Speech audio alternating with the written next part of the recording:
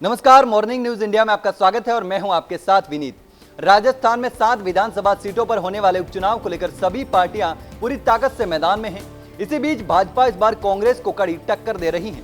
जहां कांग्रेस का मामला अभी तक ठंडा चल रहा है, वहीं भाजपा उम्मीदवारों को लेकर बैठक पर बैठक कर रही है।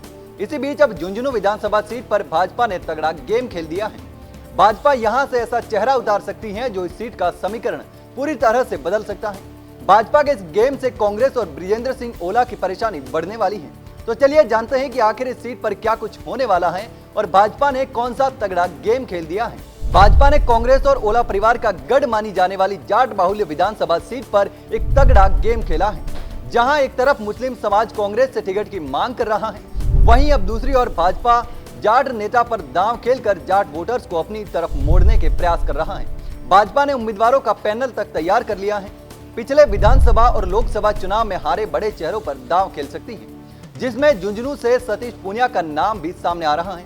हाल ही में सतीश पूनिया ने हरियाणा चुनाव में पूरा गेम ही पलट दिया था और हारती हुई भाजपा को जीत दिला दी थी और सरकार भी बनवा दी, जिसके बाद अब हरियाणा से सटे झुंझुनू विधानसभा से ही पूनिया को मैदान में उतारा जा सकता है और इसकी तैयारियां भी चल रही हैं। ऐसे में अब ये बीजेपी का बड़ा कदम माना जा रहा है और अगर सतीश पूनिया कोई भी तरीका अपनाकर यहां से चुनाव जीत जाते हैं तो फिर इस सीट का इतिहास बदल सकता है और कांग्रेस को बहुत बड़ा झटका लगने के साथ ही ओला परिवार का गढ़ भी यहां से ढह सकता है।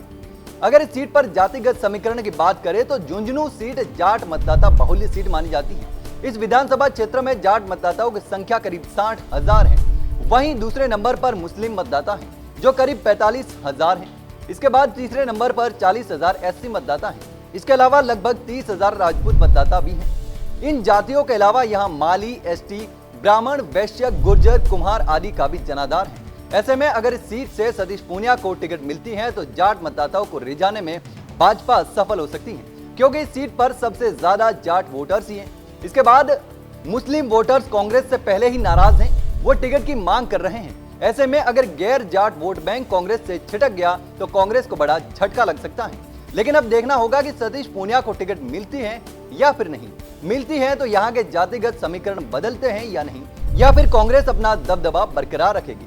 सतीश पूनिया के अलावा यहाँ से बीजेपी से विशंबर पूनिया, राजेंद्र भांबू, निशित चौधरी, बनवारी लाल सैनी, राजीव सिंह, शुभकरण चौधरी और हर्षिनी कुलहरी दावेदारी जता रहे हैं। वहीं कांग्रेस फिर एक बार ओला परिवार को मैदान में उतारने की तैयारी कर रही है। कांग्रेस से अमित ओला, दिनेश सुंडा, एमडी चौबदार के नाम भी प्रमुख दावेदारों के रूप में सामने आ रहे हैं। इसके अलावा यहां से उदयपुर वाटी के पूर्व विधायक और गहलोत सरकार में 2 बार मंत्री रह चुके राजेंद्र गुड़ा भी संभावनाएं तलाश रहे हैं।